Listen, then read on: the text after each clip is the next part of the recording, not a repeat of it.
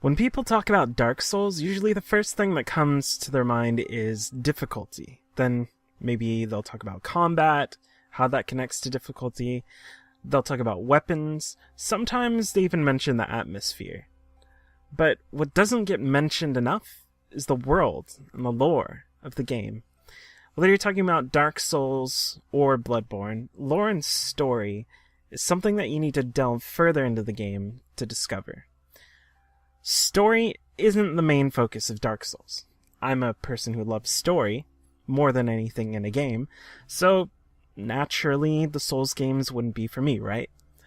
Well, that's what I thought at first, before I actually tried Dark Souls, and why I stayed away from it for a long time. That, and I whine like a little bitch if I have to fight a boss like 50 times. Fortunately, I was hit by the Dark Souls hype train, and once it grabbed me, I couldn't get off. Dark Souls lore is extremely fascinating. One of the things that draws me into any story is the world, and the way the world of Dark Souls is presented, it leaves you with a feeling that it's all massively deep. This is done in a different way than many other RPGs. You don't meet a lot of people in the world who have lived there all of their lives, but when you do meet people, they feel real. This is an area where many games fail, and what can make a story fail. The way it finds success is by giving the characters a reason for existing outside of whatever role they might inhabit. For example, one of the first characters you meet in Dark Souls is the crestfallen warrior. If you took only the facts of what he says, then he's just a character that tells you where to go next. He gives you little facts, points you in a direction every now and then, but he isn't that simple. The character tells you often everything is pointless. He tells you that nobody will ever ring the bells, one of the main tasks early on, and he's given up. After you come back from having rung the first bell, he seems amazed, and eventually, after you ring the second, he complains about a stench. He says he's going to go do something about it, and then he's gone.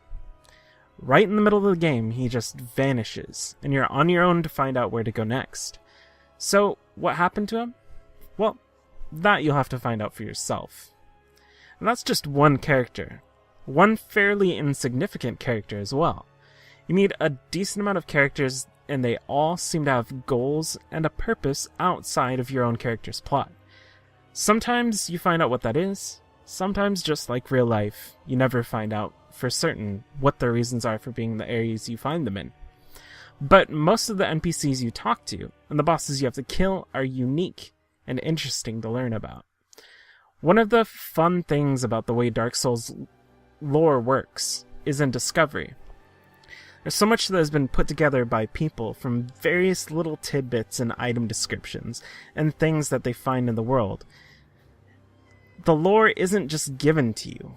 Much like anything in the world of Dark Souls, you have to find it and take it for yourself. I can't count the number of times where I fought a named boss and thought to myself, who was that? Was that someone important?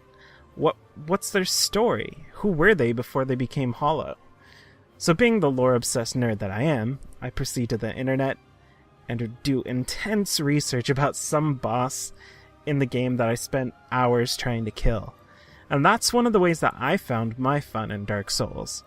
I think it's safe to say that I spent nearly as much time or more time on the wiki and looking at various fan theories than I spent actually playing the game. And it's not just the NPCs and bosses that I found this interest in. The world itself is a character. As you move through the Souls games, it's like peeling an onion. One layer leads to the next, but not everything is as it seems. It quickly becomes clear that Lordran and Drangliak have been built on other civilizations, other kingdoms, and the cycle has been repeated many, many times. In Dark Souls 3, this is further emphasized when you discover more kingdoms and connections between them. Dark Souls does have flaws when it comes to telling a story, mostly because the lore is often so vague it seems kind of nonsensical. But that's how they wanted to do it. Whether you like it or not, they did all of this intentionally. They put a lot of love into the series, and the world is deep enough for any fan of story and lore to dig into. It's important for gaming to try different ways of telling stories, and I think that a lot of RPGs can use Dark Souls as an example of an interesting and different way to create a world.